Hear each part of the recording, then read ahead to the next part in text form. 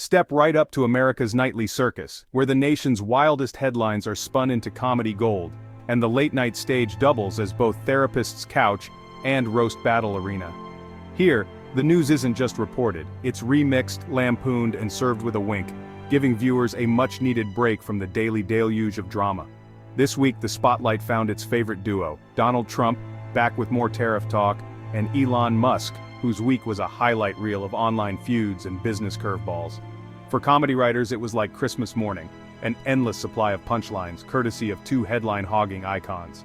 Jimmy Kimmel, Seth Meyers, Jimmy Fallon. Each host dove into the madness, putting their own comedic stamp on the week's most jaw-dropping moments. Our mission? Take the week's most baffling stories and turn them into something everyone can laugh at, because if you can't make sense of it, you might as well make fun of it. The jokes aren't just for giggles. They're a way to poke holes in political theater and economic anxiety, shining a comedic light on the things that keep us up at night. When the headlines scream chaos, that's our cue to jump in, armed with sarcasm, wit, and maybe a goofy graphic or two. Whether it's a sly smirk, a perfectly timed zinger, or a ridiculous visual, we're here to slice through the noise and help everyone process the absurdity. Laughter isn't just a reaction, it's a survival strategy, a way for viewers to bond over the week's weirdness and uncertainty.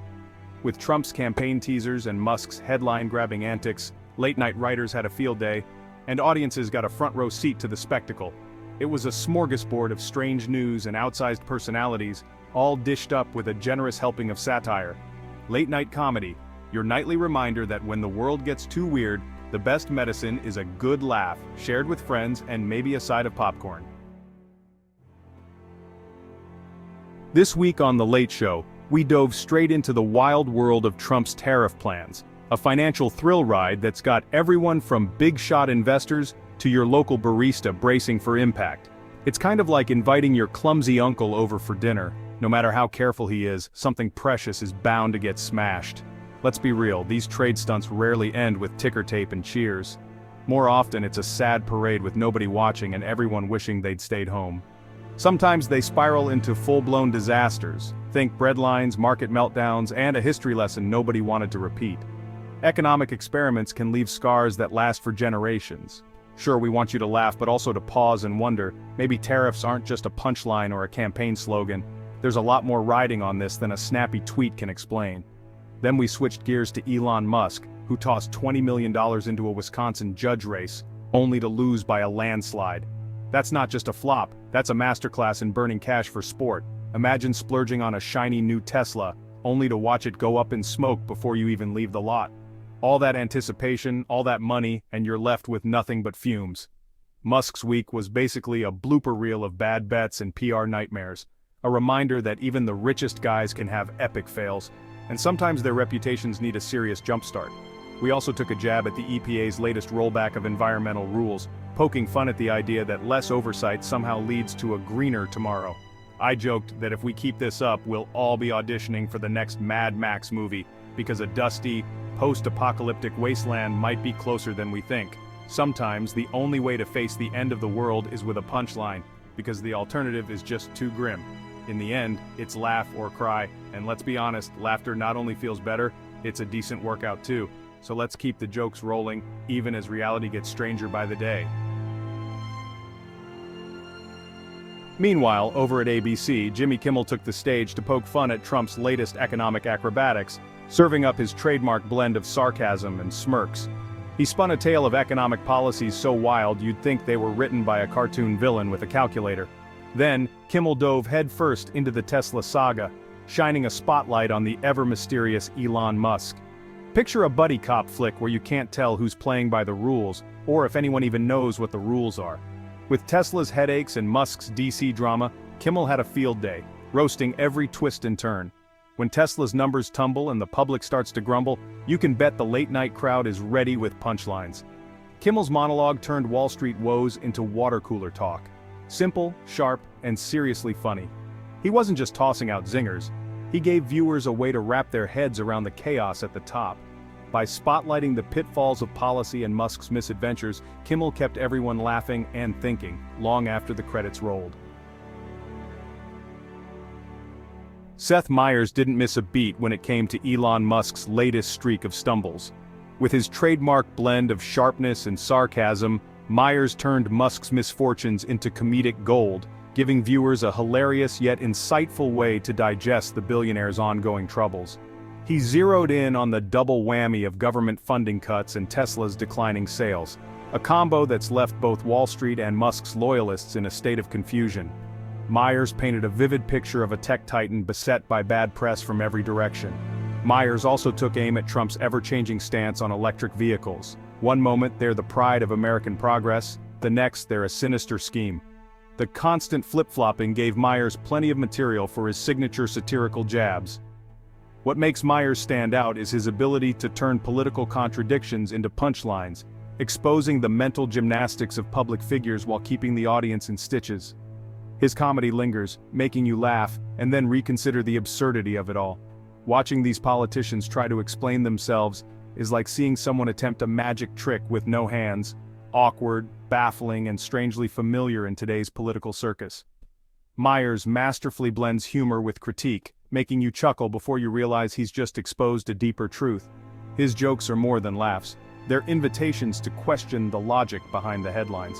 He even poked fun at Musk's failed judge race investment, joking that the stress had him seeing in black and white until now. It was a lighthearted moment that echoed the relief felt by many watching Musk's recent escapades. Beneath the laughter there's a real sense of concern, and sometimes a collective sigh of relief. Myers uses comedy not just to entertain but to help us process the wild ride of current events. It's a testament to how comedy can be both a release and a reality check, letting us laugh at those in power while still holding them to account. Sometimes, surviving the relentless news cycle means finding humor in the chaos, reminding ourselves that laughter isn't just an escape, but a way to stay resilient in the face of madness. Over on The Tonight Show, Jimmy Fallon dove into Trump's tariff drama, putting a hilarious spin on how those new taxes could make your next glass of whiskey or gin a lot pricier. Suddenly, global trade isn't just for economists, it's hitting everyone right where it hurts. Happy Hour, Fallon's real magic, turning complicated dry topics into something you actually want to laugh about. He poked fun at Trump's Canada obsession and the oddball antics of politicians everywhere.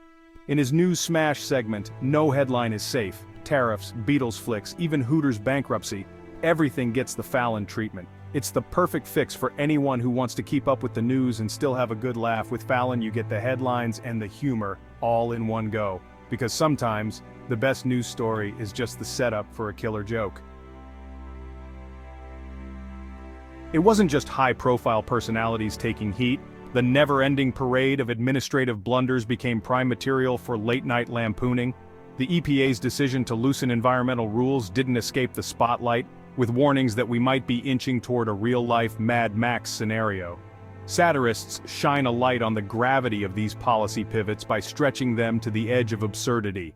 Rising stars like Taylor Tomlinson joined the fray, gleefully skewering the wildest moments of Trump's rhetoric. When reality starts to sound like a rejected sci-fi script, comedians can't help but weigh in. These shows become a sanctuary for processing the madness. It's a collective, did that really happen moment, all delivered with a wink and a punchline. When it comes to late-night comedy, Elon Musk is the gift that never stops unwrapping itself.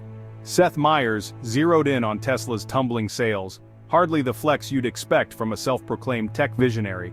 Suddenly, Musk's untouchable genius act started to look more like a quirky sideshow, eccentric, exposed, and just a bit off balance. It's not just the companies, it's the tweets, the memes, the whole Muskian spectacle. His $20 million political bet in Wisconsin? A spectacular flop. Pure comedic gold for the late-night crowd. It's like splurging on a Tesla only to watch it go up in smoke. Flashy, expensive, and gloriously disastrous. With every blunder, Musk became late night's favorite recurring character, an endless source of punchlines. Comedy writers everywhere toasted their good fortune. Weeks like this are comedy manna from heaven. Musk's Wild Week, a masterclass in public spectacle, and a feast for anyone who loves a little schadenfreude. So what's the real lesson here? For so many of us, late-night comedy is where the day's chaos finally makes sense. Laughter is our filter. It turns the flood of headlines into something we can actually digest. Comedy breaks down the complicated, transforming it into something we remember and maybe even understand. Kimmel, Myers, Fallon, they shine a spotlight on the week's wildest moments, poking fun at the bizarre and the stressful. Their monologues are more than jokes, they're a nightly tradition, a way to catch up on the world's madness with a grin. Sure, we laugh, but we also get a fresh angle on what's happening around us. When the news feels like it's spinning out of control, late-night humor helps us find our footing and maybe see things a little clearer. And hey, if you end up snorting your drink from laughing too hard, consider it a bonus round.